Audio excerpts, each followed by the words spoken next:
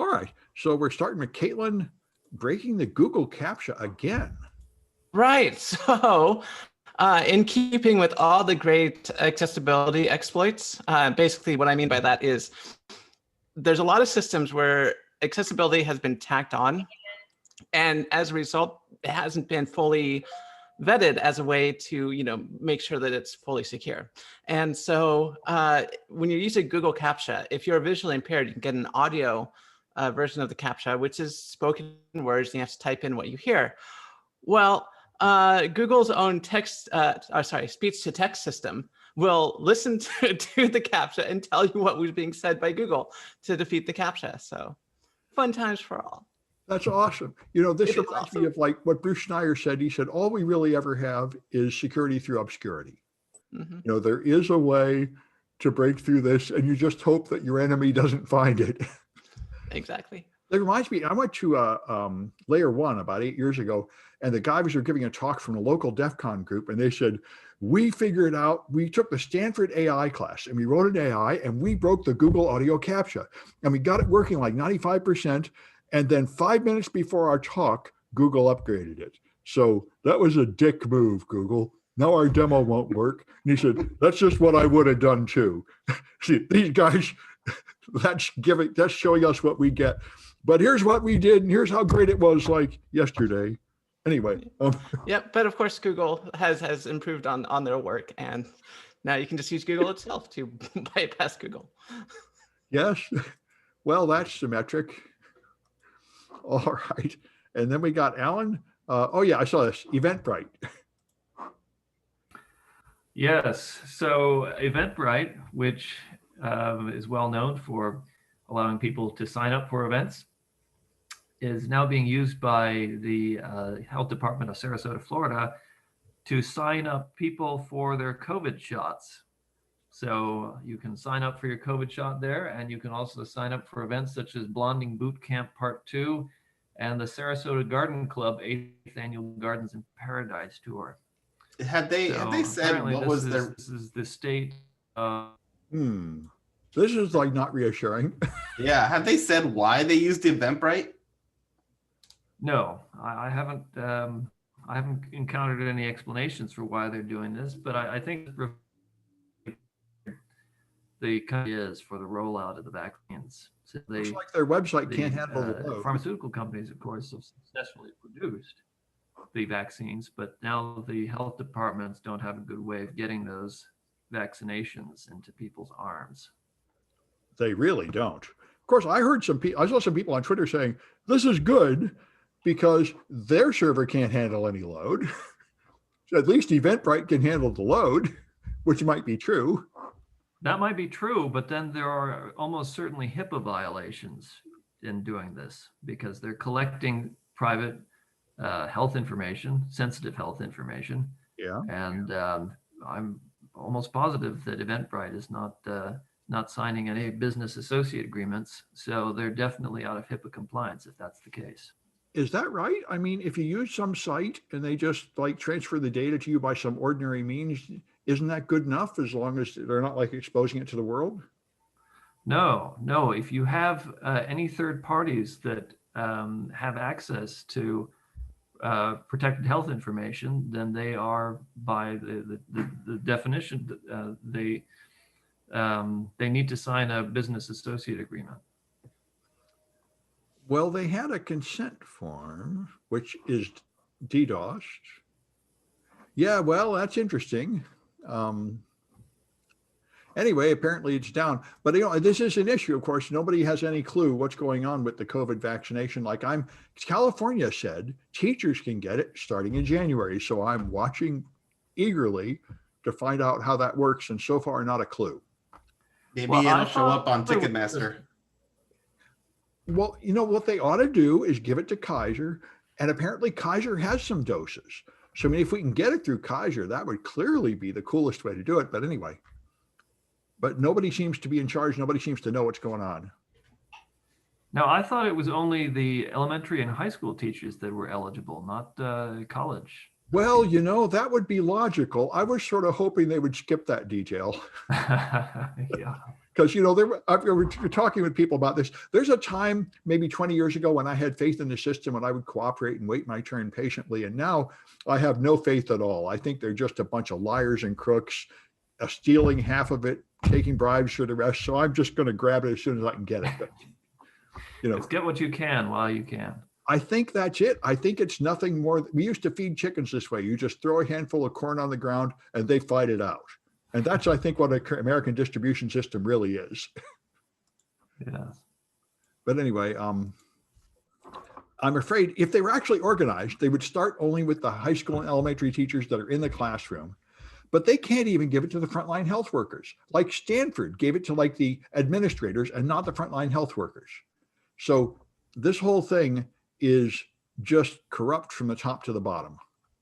Anyway, but right now they're just talking about giving it to us. I think the most likely thing is they'll just never get around to giving it to the teachers at all. They'll be like March, April, May, and they'll still be saying, oh, I don't know, we can't find the vaccine, we can't find a refrigerator, and so on. But we will see.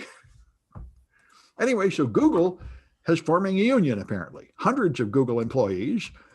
As we know, this has been all over the news. IT unions pretty much don't exist, and I don't know why.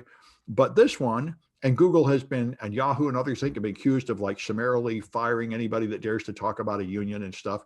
But they formed a union, but the union is not the normal kind of union where you have a majority of people and you can have a strike. It's only a small minority of the workers that have a union, and they aren't allowed to negotiate a contract. So I don't know what they can do. And it does seem like Google could just fire them all, which would be illegal, but all they have to do is make up an excuse like they broke a rule on the bulletin board or something, but they haven't done it yet. The Alphabet Workers Union has now formed, and so they have a small fraction of people in there, and we'll see what happens. But their big issue now is, since they can't negotiate the contract and they can't go on strike, they're just going to try to talk about the activism at Google, which has been the big issue. Most Google workers aren't really fighting about the pay. They just don't want Google to do things like sell facial recognition to ICE or something. And they protest on those terms. And so the union is going to start by trying to do something about that. I must say, I used to be all for tech workers union, and then it occurred to me, I'm in a teachers union, and they don't do a goddamn thing. So as far as I can tell, they don't do anything for us.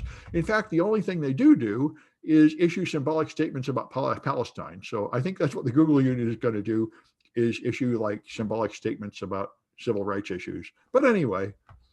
Sam, you just said doo-doo.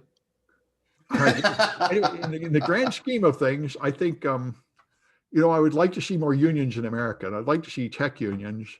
So maybe something good will come of this. But this is the infancy of it. Anyway. Yes, fire the teachers and get more anti-plagiarism software. Yes, I mean, this is the kind of thing that a union should be doing something about. Yes, and it's sort of fitting that it's basically our it's basically one of our sister schools. It's not CCNY, but it's the 4-year version of that. Basically the sister to SFSU in New York City. They fired a ton of teachers, and but they're spending $2 million on Turnitin, which is it is an anti-plagiarism software that I am not a fan of. They are based right here in the Bay Area. A lot of schools subscribe to this service, which is horrendous. It's horrendous on many levels. I've talked about Turnitin before. Turnitin did IP infringement? They stole stuff? That's awesome. Oh yeah, they take all of the student submissions and use it to build their database that they use, for their crap software that they use to compare students' papers to. So basically the way the scam works is as follows.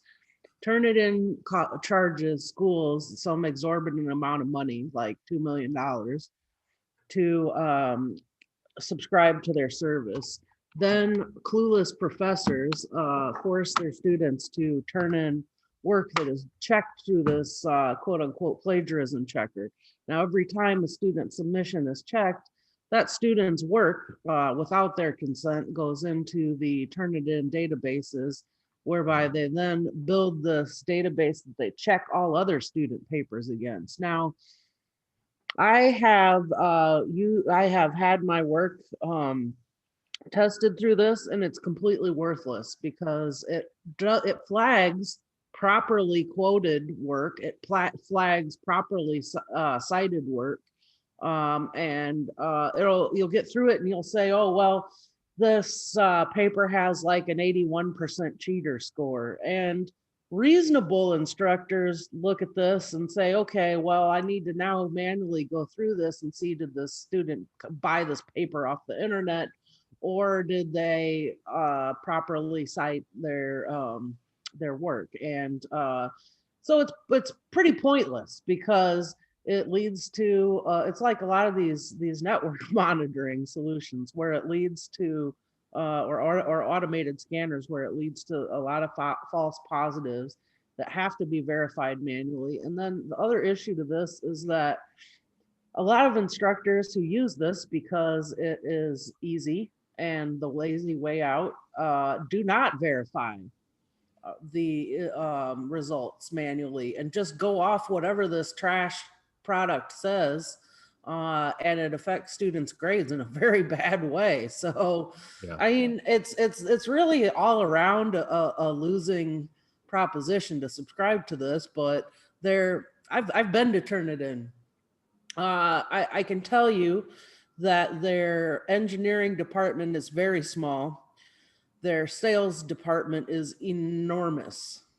I mean, it was like walking into a boiler room from like Glengarry Glen Ross or something. I was surprised I didn't hear someone screaming "coffee is for closers" in there, because that's the sort of environment it is. And they a lot of this ed tech stuff they put is similar. The companies put very little work into the product because they really don't care about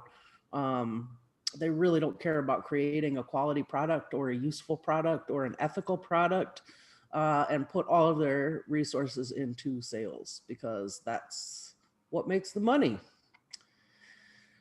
I think that's true of most tech.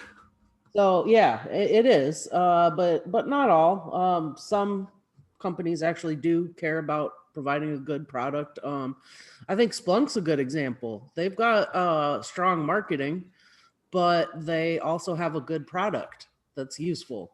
And so they don't have to be mutually exclusive. But this seems like, this article seems like the sort of things that college administrators often do, where they will drop a bunch of money on something stupid like this, and then fire 3,000 teachers. Yes, absolutely. Yeah. Well, what we need is a union. So, Termshark. Hey, yeah, this is pretty good. Yes, I found this under the I didn't know I needed it. So for those who use T-Shark as a replacement for Wireshark, you can now have a GUI that you can put on top of it. And it's Termshark. And it runs on quite a lot of different things, from their basic OSs to even on Android through Termux and Windows. Yeah, and I mean, the thing I like is I like headless cloud servers with no desktop, and this would be the way to do it. Yep, this would be exactly the way to do it, to still get your Wireshark feel while also running it without all the bells and whistles of Wireshark. Yeah, my first thought is, why do you need that? You got Wireshark. And then I said, well, wait a minute, actually, I do need that. Yep, exactly. Yeah, so that's cool. And Wireshark is great, very popular. Everybody loves Wireshark, I think. Oh yeah, definitely. If you're going to learn how to use this, start with Wireshark and then move to this. Yeah. And anyway, so let's see, Caitlyn. Oh yeah, this one that gave us the title for the lesson. Yes.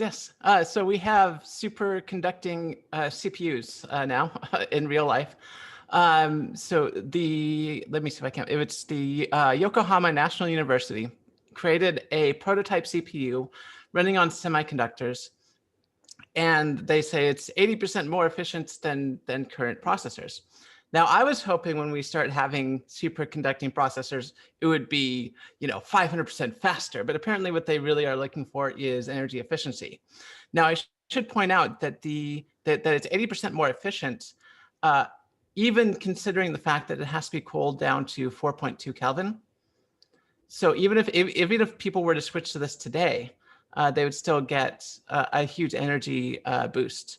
And the reason that they're doing this, and I found this really funny, is let me see if I can find this here in the article. 2030. Yeah, okay, here we go. So they currently computers use about 10% of the global electricity. And they say it's going to use like 50% by 2030. And I'm just thinking, well, if this trend continues, we're going to use 100% of the world's energy by like 2040. And then we'll start using the entire universe's collective energy, by 2100. So yeah, we better get on. Get on this. I didn't see this. They claim it saves so much power, it even gives you enough power to pay for the cooling. Yeah, that's what they're saying. And I should point out the name of the technology. It's the QFP, which stands for the Adiabatic Quantum-Flux-Parametron. I love Parametron. That sounds like one of the robots that folds up. Yeah, ask me about my other Adiabatic Quantum-Flux-Parametron. I know. But anyway, I don't know, man. I don't think it can possibly be cost effective yet, because it's expensive to pay for all this liquid helium to get to 4.2 Kelvin. But I mean, if you're running a giant server room and most of your cost is electricity, I could imagine maybe this might be cost effective. We don't really have numbers for how it performs compared to regular desktops and regular server hardware. I mean, and this is obviously still prototyped, but the fact that it is more energy efficient, even when you take into account the fact that they're chilling it to near absolute zero, I mean, that's impressive. I mean, 4.2 degrees is relatively achievable. All you need is liquid helium. Mm-hmm. But liquid helium is well, anyway, I used to do cryogenics, and it's that's not too bad, but it's expensive as all. Anyway, This is great, and presumably, hopefully they'll improve it. I know there are now some room temperature superconductors, but they have to be at like 1 million atmospheres of pressure.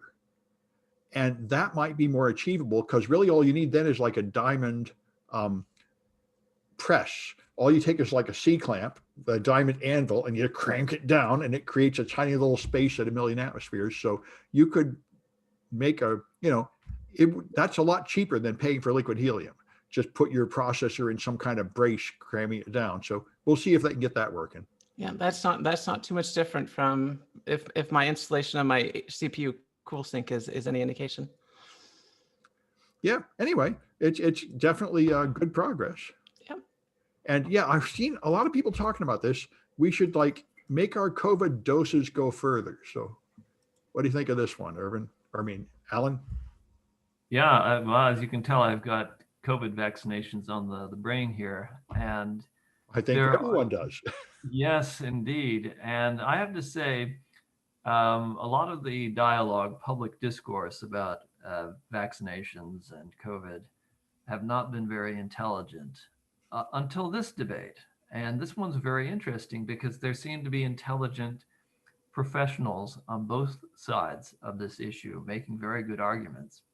On one side, you have vaccinologists and immunologists saying that based on the very limited data that we got from the earlier phase 3 trials, for at least the Moderna and Pfizer vaccines, it's probably reasonable to assume that people will have a strong immune response to just a single dose, and that response is probably good enough for the time being, and that from a public health perspective, the goal at this point should be to get as many people a single dose right now, which is a very strong argument, it would seem. However, there's another camp, also of virologists and immunologists, that are saying that may all well be true, But by only administering a single dose, you're also opening up the possibility that the coronavirus will in fact evolve in response to an incomplete immune response to just a single administration of inoculation. Oh, you know, And that's why I've heard this thing where doctors say, don't take just the first couple of pills of your antibiotic. Always complete the whole treatment. Right, exactly. So I don't think there's any clear answer on this. Certainly it's much more ambiguous than say some of the simple-minded denialism of coronavirus earlier. But I guess we'll just have to wait and see. Well, and I know that the British are going to not only go to a single dose, they're going to let you mix doses. The first one is, at Pfizer, and the next one is AstraZeneca. And a lot of people are up in arms saying, what makes you think that's okay? What could possibly go wrong? Well, I don't know enough medicine to know what would go wrong, but it sounds like a bad idea. I'm used to saying you have to actually use the treatment regimen that was tested in the tests and don't vary from it. Although there are some vaccines that are in phase 3 that require only one dose, like the Johnson & Johnson. Yeah. And I know the AstraZeneca is big, but then of course there's the Chinese and Russian that are just selling hundreds of millions of doses, and they just didn't bother with phase 3 testing at all. Right. Yeah. Because and you could argue that, right? We've got an emergency; it's killing a ton of people. We don't really need to trifle over details. Yeah, which is pretty much the same argument as the first camp in this debate. Yeah. But I mean, I heard Anthony Fauci, and he said, we are not going to do this in the USA. We're going to give people 2 doses like it says on the bottle and not play with this crazy stuff. So I guess that sounds right to me. I suppose it's the right approach for the few people who do get vaccines, but it's the wrong approach for all the people who don't receive a vaccine in time and end up getting infected. Well, yeah, but I mean, I think in the United States, the big issue is that about half the people will refuse to take the vaccine. So there's no chance at all of ever achieving herd immunity.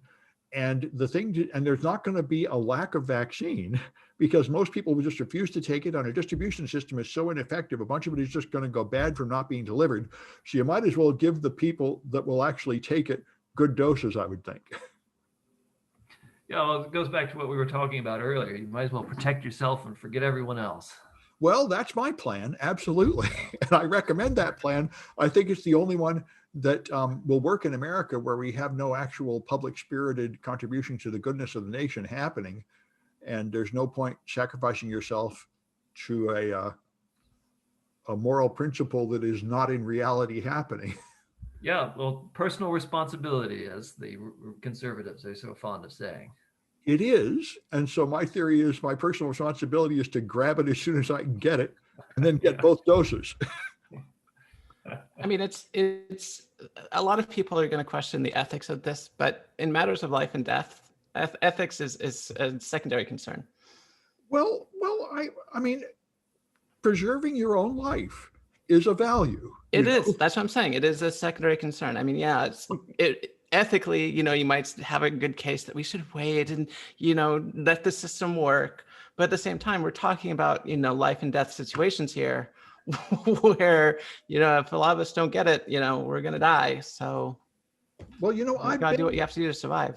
I've been many kinds of religious crazy extremists, and there are branches of Buddhism where they say you should just let a wild animal kill you and eat you because who are you to put your values above it? And I don't agree. I thought about it. I said, no, I kind of like Buddhism, but I'm not going that far. I have this.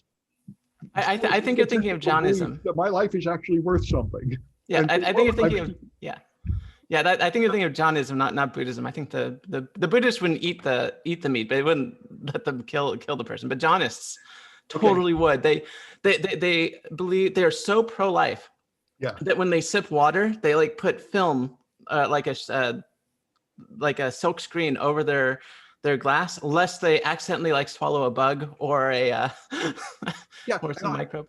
And I remember they interviewed the Dalai Lama, and he said, you know, I'm aware of the fact that even in your bowl of rice, there are some little living beings in there that got killed. And, you know, what can you do? You just can't be 100% pure and perfect in life. And I said, this is a sensible guy, you know? Yeah, no. In my experience, the Buddhists that I've met are pretty sensible. The Jainists are just amazingly, awesomely quirky. That's all I'll say. Yeah. From what I understand, there was a real crisis in the religion when pathogens were discovered. And there was a big debate about what to do with soap and hand washing. Yeah. It's like every sperm is sacred. I mean, how can you kill those 1 million bacteria? You should let them infect you and have a glorious party feasting on your body. You rotten bum. This was big in Christianity too. Like I think Oliver Cromwell, you know, we were supposed to mortify the flesh, and his robes were all full of lice and stuff because you're supposed to be destroying your body as a fundamental good. Anyway, so I recommend everybody grab the vaccine and take it as soon as you can. You can then feel guilty about it later if you want to. Anyway, so Chrome has a app called the Great Suspender, which apparently suspends all the tabs in Chrome because a lot of people have like 100 tabs open and their machine slows down. But they got a new maintainer, and the new maintainer has turned it into malware. And what he did was he added strange things that are not in the GitHub source code. The actual binary does not match the source code, and the actual binary now loads more code from known malicious command and control servers and executes it. So it's a backdoor to run arbitrary code on your machine. And so this is pretty good fun. And that's the thing about these extensions. You know, you put on something like Wireshark or Firefox or Chrome, you put on the extensions and you're getting weird code like WordPress. You're getting weird code from God knows where, from who. You're putting on updates from these people. You have no reason to really trust them. So, you know, I think the supply chain issues are just looming bigger and bigger and bigger after the SolarWinds attack. It's hit the press. For the last several years, I hear a lot of people talk about this. This whole system where I just put on some weird product and then I put on some weird updates and then I put on some weird extensions is crazy. And anyway, so that's the latest example of it. And Liz, another You know, I have to wonder if there's some kind of It looks like we lost you. You're on mute.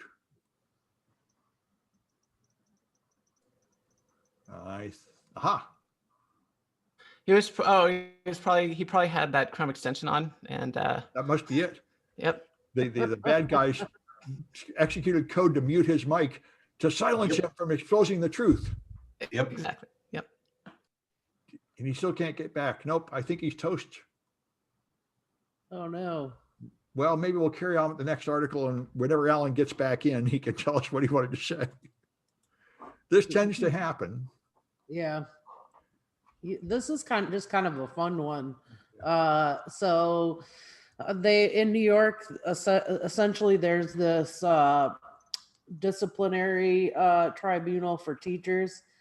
So whenever you file a complaint or there's a complaint against a teacher, essentially they have this they have these cases that use an arbitrator, and essentially the cases now during the pandemic are heard over Zoom, and they outsource the transcripts to a third-party company, and of course the hearings rely completely on these transcripts, and the third-party company got ransomware, so it shut down essentially all of their proceedings inside of the disciplinary system, which I thought was kind of fun and cool, especially at the same time as they're firing teachers.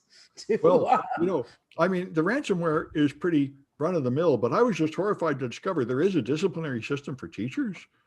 Yes, I know. Teachers accused of misconduct, because I've got kind of a checkered history. There's a bunch of times when they told me things are going in my permanent file about me. And as far as I could tell, there is no disciplinary system. I sure hope there isn't one in California, because if there is, I'm probably in for it. I thought it was pretty interesting how they have so many hearings. I mean, you know, it seems like they have a fairly high. I clicked through to the original source for this, which is like a law blog, essentially an educational law blog, and I thought that it was pretty interesting that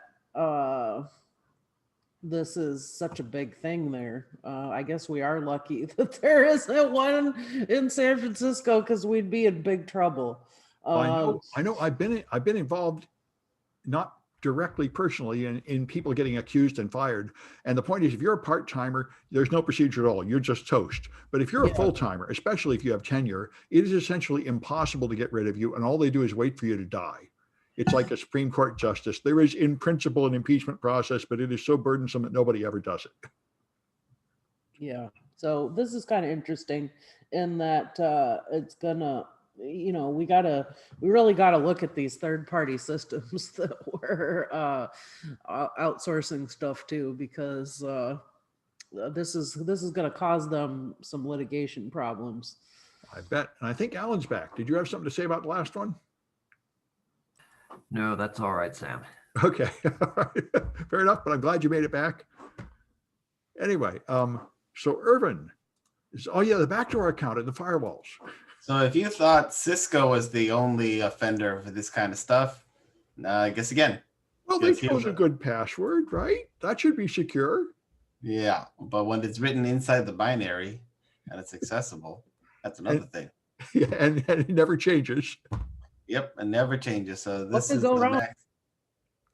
You know, when I was at DEF CON China about a year ago, we were waiting for the bus to come back, and someone said, who would put hard-coded passwords in things? That's been gone for 20 years. And one of the people there said, I'm the first security engineer at my major hardware manufacturer they've ever had, and I can tell you everybody is putting them in everywhere.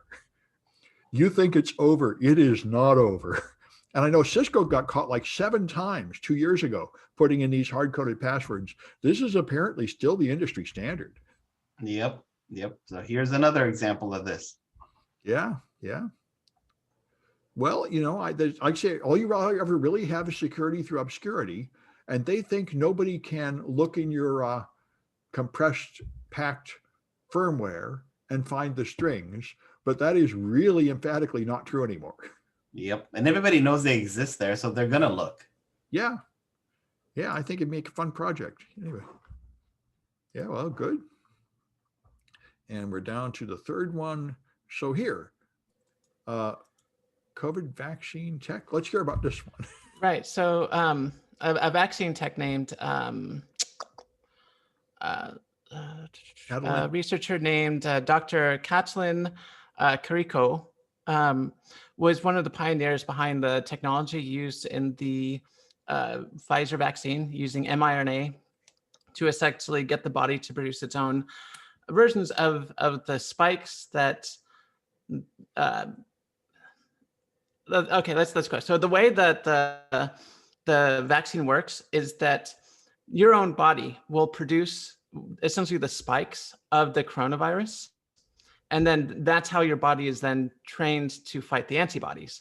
And so in order to do this, they use something called mRNA, and this technique was pioneered by the scientist Kaitlyn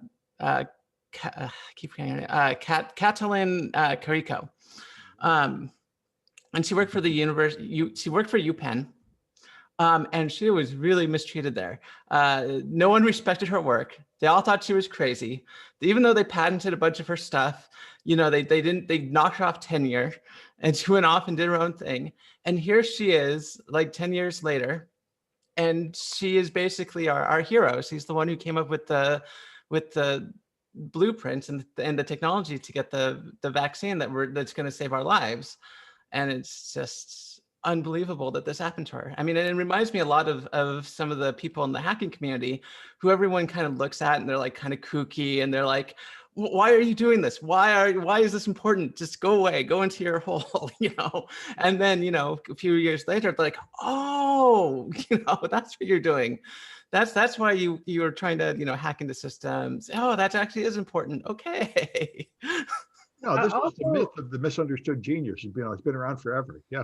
Yeah. And I mean, I see this happen now that I've been working in academia for a few years. I see this happen with an alarming amount of regularity where people that are exceptional and doing really good, doing an amazing job, oftentimes get sort of bullied and pushed out and ostracized by their colleagues. And a lot of the time, I think that it's due to things like professional jealousy, to people who are high achievers making them look bad.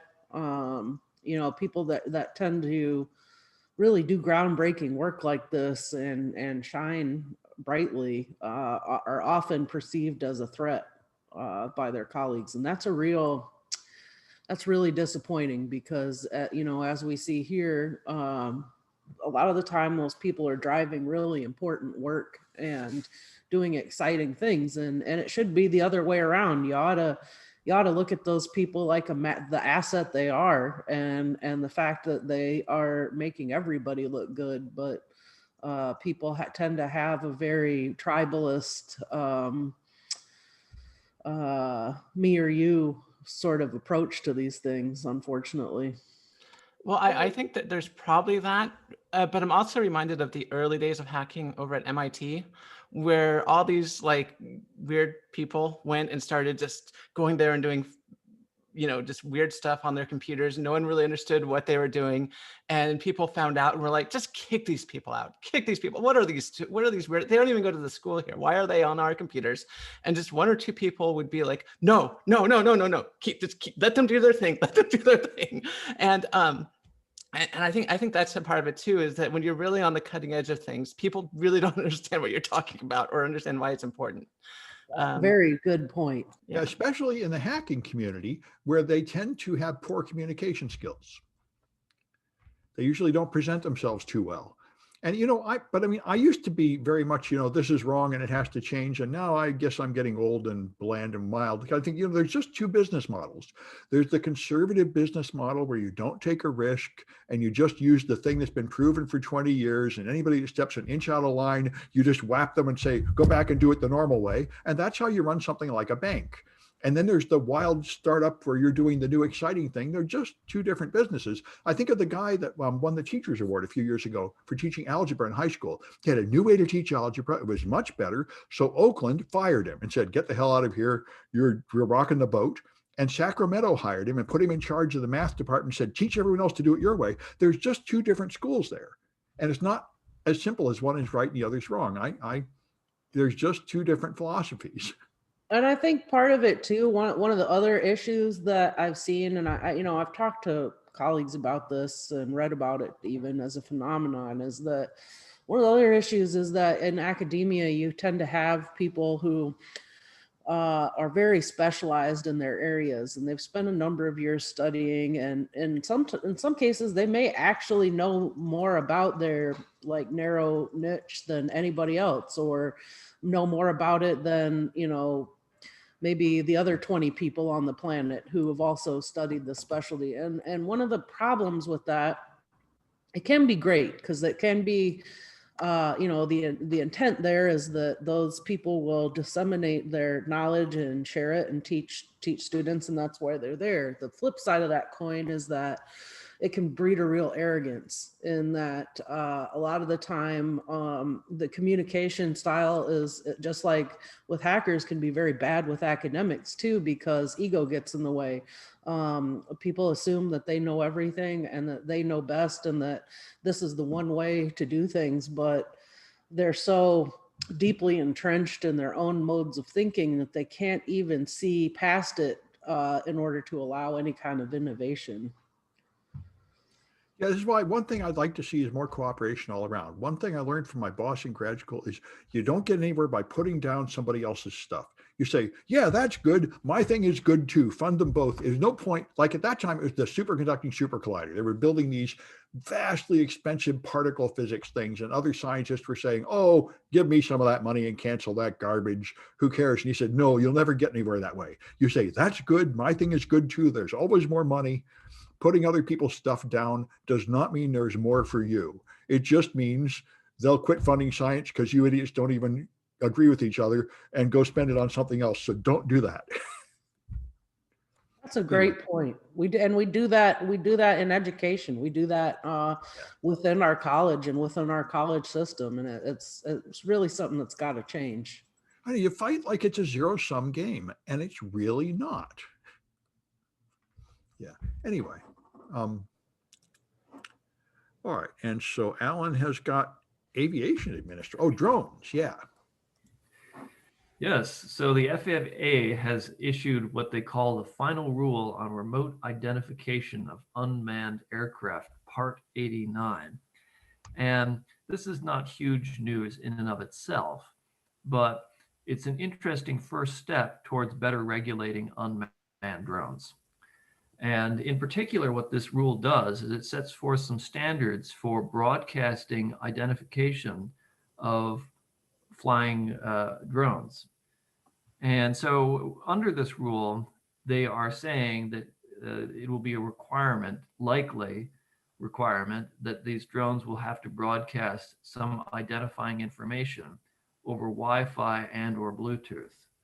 And so these remote identification messages will have things like the session ID and information about the device, and et cetera, et cetera. So it's a lot like the piloted aircraft requirements, like with ADS-B, so that it's possible to track and monitor piloted aircraft. But now these rules are being applied to unmanned drones. So one of the really interesting things that I saw in this executive summary is that apparently in the past, the FAA was proposing to not only require this locally broadcast ID, but also having a network-based or internet transmission, so that presumably this information would be more widely available rather than somebody that's just happens to be within broadcast range.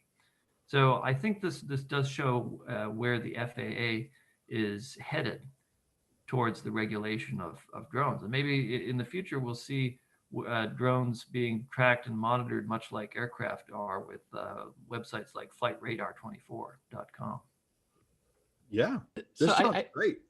Well, I mean, what's interesting is the motivations behind this change. The FAA is not saying, oh, look, there's so many drones, we should track them. What's going on is that there's industry pressure to start having drones just flying everywhere. Yeah. So you have like Amazon wanting to deliver their package via drones. And of course, in order to do that, we need infrastructure and standards and stuff like that. And so what they're doing is they're essentially pushing out the hobbyists, you know, the people who just fly drones for fun or just use them to take pictures. And they're gearing up the entire system for essentially, you know, doing these commercial gigs. It's very similar to, you know, commercial, you know, piloting, where you know, yeah, technically, you know, you can get a, you know, small private plane, you know, if you're super wealthy and, you know, do all this stuff and get your, you know, pilot's license and all this stuff. And it's, you know, they just put a lot of barriers in the way. So it's just, you know, I think, Sam, you mentioned something about some president who said that, you know, the president's only involved in, you know, foreign affairs, but Congress and the laws are written by the corporations. And I just feel like this change is a great example of that. Well, I guess, but I mean, I think it's reasonable. I mean, if you're going to have like Amazon and everybody delivering stuff with drones, you need to have like roads and lanes and stoplights and traffic laws and flying cops. You know, you do need to have all the infrastructure. You do, but it's like I said, it's being, where all our laws are being designed around, you know, creating these new industries and what the you know, Amazon wants. And maybe that's good, and I'm glad we're going to see that kind of stuff. But it is still just the corporations essentially declaring what the laws are going to be. Well, if it works correctly, it'll be like the radio spectrum. There will be some amateur zone set aside. No, there won't be. You will need to have this equipment in your drone if you want to fly it privately. And you already have FAA certifications where if you want to fly a drone for commercial use, that you have to get a license. So like currently you can fly a drone as if it's like a remote control car or something. Yeah, like I mean, those like toys. Yeah. But you can't do so commercially. If you want to make money off it, you need a license. But if these rules go into effect, essentially you will need a license, even if you want to, do it just for fun. I mean, they're just gonna kind of push people out and focus more on ways to make the money. Well, I'm not against making money. I'm a filthy capitalist, but I think you need like the EFF or something, giving like a fair use for amateurs exception to some extent here. You clearly need to keep the amateurs out of like the flight lanes that you're using for commercial stuff. Exactly. But they should be allowed to do something. Yeah, I'm absolutely sure there will be, you'll be able to get a drone and you'll be able to get a license and learn how to avoid the lanes and, but it's going to be radio all over again, where you can't just buy a radio and start transmitting. You'll have to get a license and then buy a $200, radio that doesn't have any weird frequencies going out just to say hello to somebody. It's going to be a huge hassle. But, that's kind of what happens when you move from like a prototype with a bunch of gunslingers into like an organized society with like rules. It is, but like I said, these rules are being, put out there in favor of corporations that want to make money. Well, although to be fair, not all corporations are in agreement about this ruling either, because apparently Wing, which is Alphabet's drone whatever company, they're opposed to these rules because their argument is that this requirement to broadcast identification is an invasion of privacy, and that this will expose the drones and operators of drones to, or the recipients of drone packages to monitoring, either by the FAA or other parties. So it's not like all corporations are in agreement about this.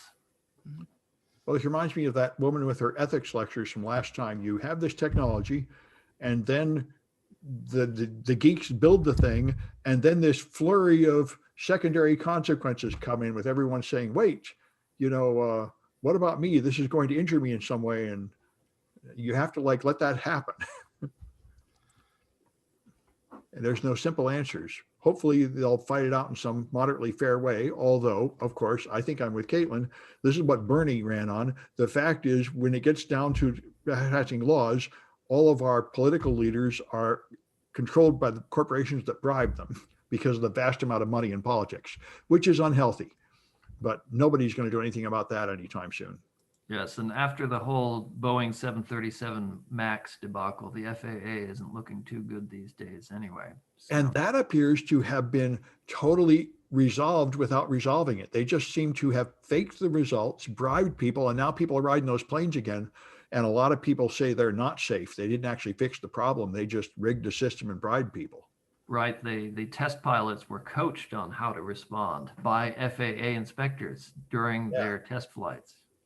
Yes. I mean, I'm thinking if in the distant future, when I'm flying around again, I might like check and make sure I'm not on one of those damn 737 Maxes. But hopefully by then they'll either have fallen down or not fallen down, and we'll know how dangerous they really are. But I don't know. I flew on a couple of them before everything ground to a halt, and they were pretty cool planes. Yeah, if they were safe enough, that's why, I mean, I don't know. I'll have to make that decision when the time comes, I guess. Anyway, so thanks to Caitlyn, I've been getting involved more in space. And so there's a lot of cool space stuff coming. And we're going to have another Mars lander, and we're going to have the Boeing Starliner. The private people are getting involved in space. And this one is awesome. The asteroid redirection, straight out of science fiction movies. They're going to like deflect an asteroid to make sure we can do that if necessary, and the Artemis stuff going to the moon. And so lots of good stuff is coming, and maybe even a commercial replacement for the space station, which is reaching its end of life. So lots of fun things are coming. And this one here I thought is amazing. This supernova erupted for 1,000 days continuously, which is not supposed to be possible at all. And the official theories to explain this, none of which have been settled, are crazy. Like they think maybe it's made of antimatter is the only way it could possibly have enough energy to do that. No, none of these explain it at all. It is totally not understood how this happened. So there's a lot of fun stuff to be done in space. And the one thing I've been doing, of course, is these projects, writing with Caitlyn. This is the one I just went out again to do. You make this antenna and you go out and catch up signals from satellites. And I finally had pretty good success with this. When I did it in the City College parking lot with my car, the cars and stuff made too much trouble. So when I went out to the beach, it worked a whole lot better and actually got a pretty good picture out of it. So it's not as cool as Caitlyn's picture. She's still the expert at this. She's really got, the California and Baja and everything. But anyway, on the 6th of January, there'll be another opportunity to go out in the daytime and get pictures from these satellites. So I'll be out at the beach again. Anyway, this is a lot of fun.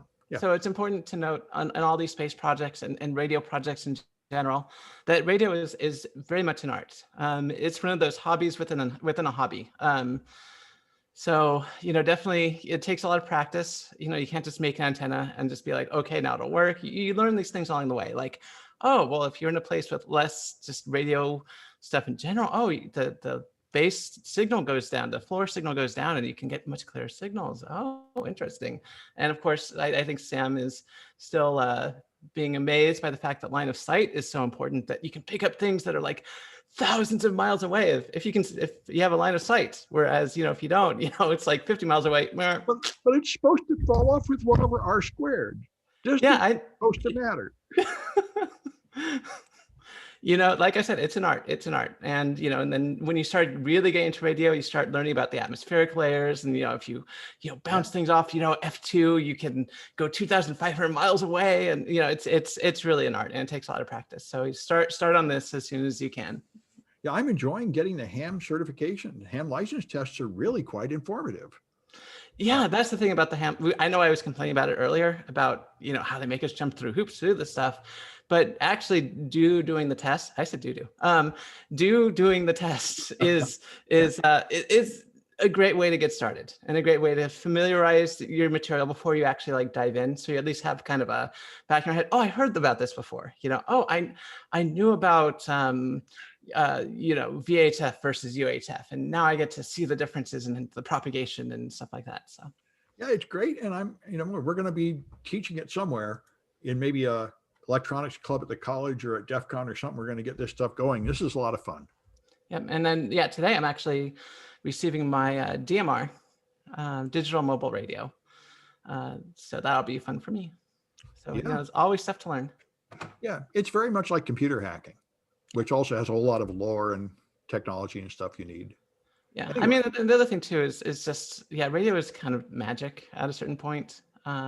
Especially with when you start doing things like phased antenna arrays, where you have just a bunch of antennas in a grid.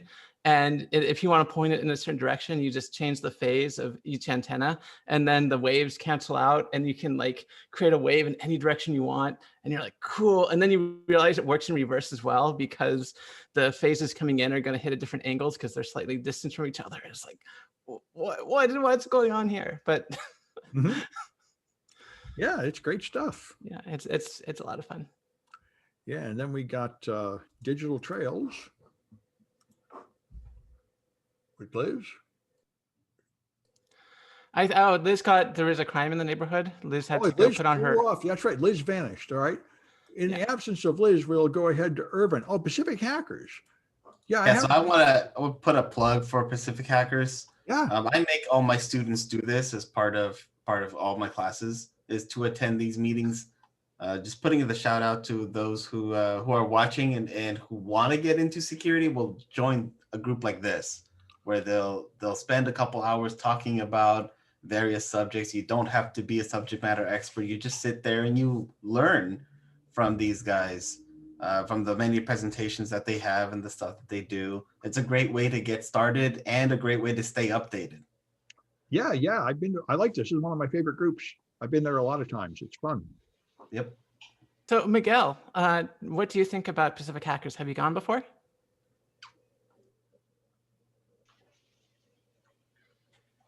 I don't think Miguel is going to respond. Oh, well. This happens a lot. We get people wandering in, but they don't see. Anyway, so that's Pacific Hackers. Now, Liz is still gone. I think we may not get to that one because I think we've run out of everything else.